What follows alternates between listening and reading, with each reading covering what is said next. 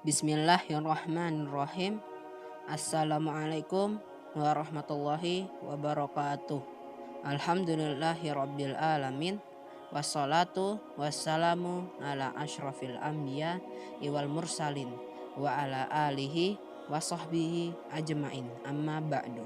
Segala puji hanya bagi Allah, Tuhan semesta alam, dan salawat serta salam semoga tercurah kepada Nabi Muhammad Sallallahu Alaihi Wasallam, utusan Allah dan pemimpin umat Islam. Perang Uhud adalah salah satu peristiwa bersejarah dalam Islam yang mengandung banyak pelajaran dan hikmah bagi umat Muslim. Terjadinya perang Uhud ini berawal dari rasa kekecewaan dan rasa dendam kafir Quraisy kepada Muslimin. Rasa dendam setelah kekalahan mereka dalam perang Badar. Dalam segi jumlah dan kekuatan, mereka kafir Quraisy lebih banyak dan kuat. Seharusnya merekalah yang berhak mendapatkan kemenangan. Namun Allah menghendaki kemenangan di atas tangan muslimin. Berkat pertolongan bala tentara Allah dari kalangan malaikat, kafir Quraisy lari tunggang langgang. Juga banyak tokoh-tokoh mereka banyak yang gugur dalam perang tersebut. Perang Uhud terjadi pada tanggal 22 Maret 625 Masehi dalam kalender Masehi. Dalam kalender Hijriah terjadi pada 7 Syawal 3 Hijriah. Peperangan ini terjadi kurang lebih 1 tahun setelah berkecamuknya perang Badar. Para ahli sejarah berselisih akan hari terjadinya. Adapun tempatnya, perang Uhud berkecamuk di Bukit Uhud, sebuah bukit yang berada pada ketinggian 128 meter. Bukit ini berada di sebelah utara Madinah dengan jarak 5,5 km dari Masjid Nabawi. Kekalahan di perang Badar membuat mereka hancur berkeping-keping. Banyak korban dari kalangan para tokoh berjatuhan. Bahkan sebagian mereka menjadi tawanan muslimin. Banyak yang lari tunggang langgang dan akhirnya bisa sampai ke rumah dengan kepedihan dan kekecewaan yang mendalam. Dengan sesampainya Abu Sufyan beserta kafilah dagang tiba di Makkah, maka mereka kafir Quraisy mengadu kepadanya agar diadakan penyerangan balik. Salah satu keluarga yang gugur di perang Badar pun menyeru kepada Abu Sufyan dan kafilah dagang lainnya, "Hai orang-orang Quraisy, sesungguhnya Muhammad telah membinasakan kalian serta membunuh orang-orang terbaik kalian. Maka dari itu, bantulah kami dengan harta kalian itu untuk memeranginya. Mudah-mudahan kami dapat membalas dendam atas kematian orang-orang kita." Selain karena balas dendam, perang Uhud ini bertujuan agar mereka kafir Quraisy bisa kembali membuka jalur perdagangan, yaitu jalur perdagangan menuju Syam yang harus melewati kota Madinah. Setelah mendengar akan kabar bahwa kafir Quraisy akan menyerang Madinah yang dikomandani oleh Abu Sufyan, maka Rasulullah mengadakan musyawarah bersama para sahabat. Rasulullah bermusyawarah untuk mengambil tindakan penyerangan kafir Quraisy. Apakah bertahan di Madinah dan menunggu kedatangan mereka atau menyongsong kafir Quraisy dari luar kota Madinah? Para pemuda Ansor berpendapat agar menyongsong mereka dari luar kota Madinah.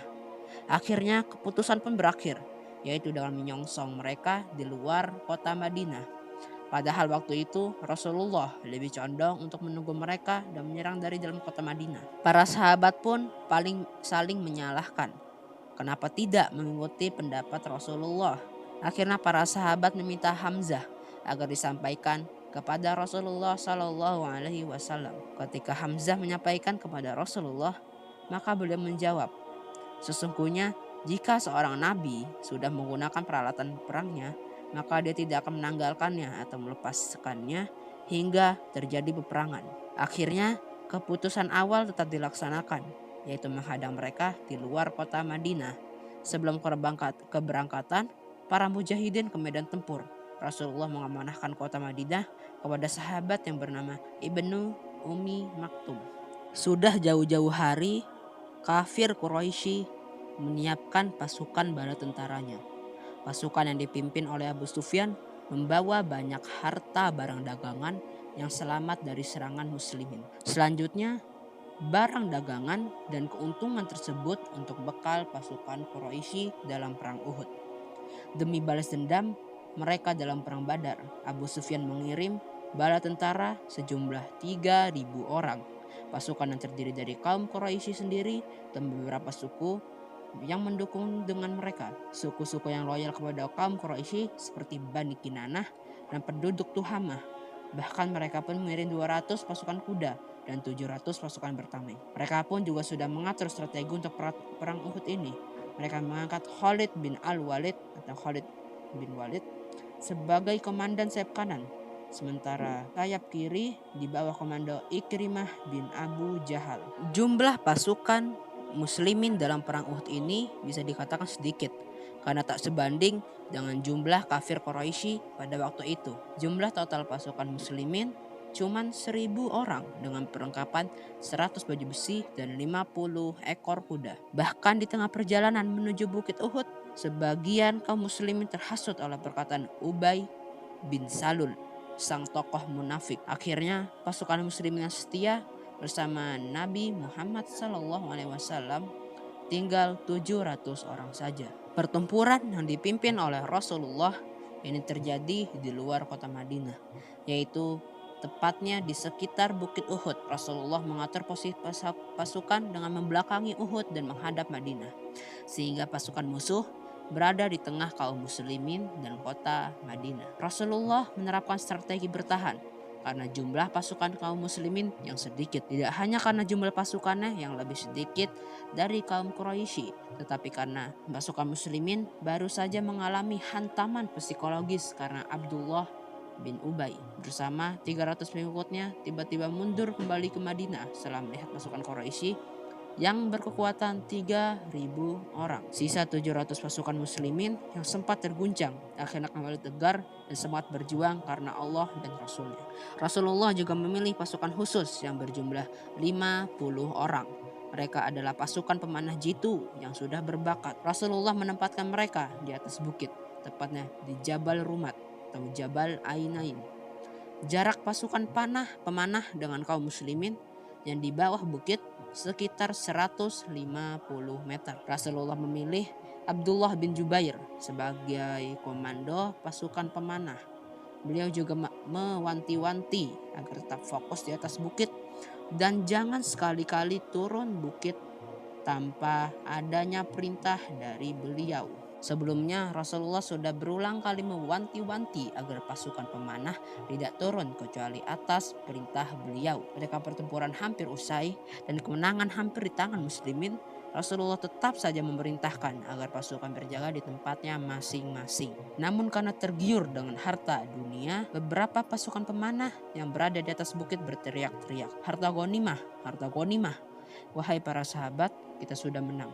Ayo kita semua turun." Sang komandan Abdullah bin Jubair pun meneriaki para pasukan pemanah yang turun ke bawah, "Apakah kalian sudah lupa apa yang diamanahkan Rasulullah SAW kepada kita?" 40 pemanah segera beranjak pergi meninggalkan bukit. Ibnu Jubair dengan 9 temannya yang tersisa berusaha keras menahannya, sehingga hanya tinggal mereka saja yang bertahan. Situasi dan kondisi seperti ini, yaitu turunnya para pasukan pemanah, ternyata menjadi pengamatan Khalid bin Walid. Ia memerintahkan pasukan berkudanya kembali ke arah Uhud, mengambil jalan memutar hingga langsung berhadapan dengan pasukan pemanah Ibnu Jubair yang tentu saja tidak mampu menahan laju serangan seperti sebelumnya.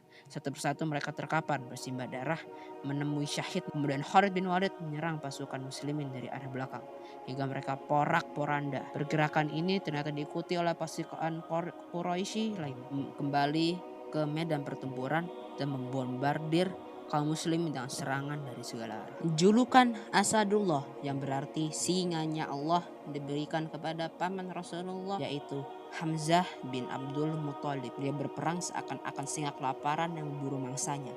Semangat dan keberanian Hamzah sangat ditakuti oleh kafir Quraisy. Akhirnya beliau sang kesatria yang gagah, berani, akhirnya syahid di perang Uhud. Di saat perang berkecamuk, beliau memporak-porandakan pasukan kafir. Ada seorang budak bernama Washi bin Harb yang selalu mengintai gerak-gerik Hamzah. Washi bin Harb adalah budak Jubair bin Mut'im. Budak itu sangat pandai dalam melempar tombak.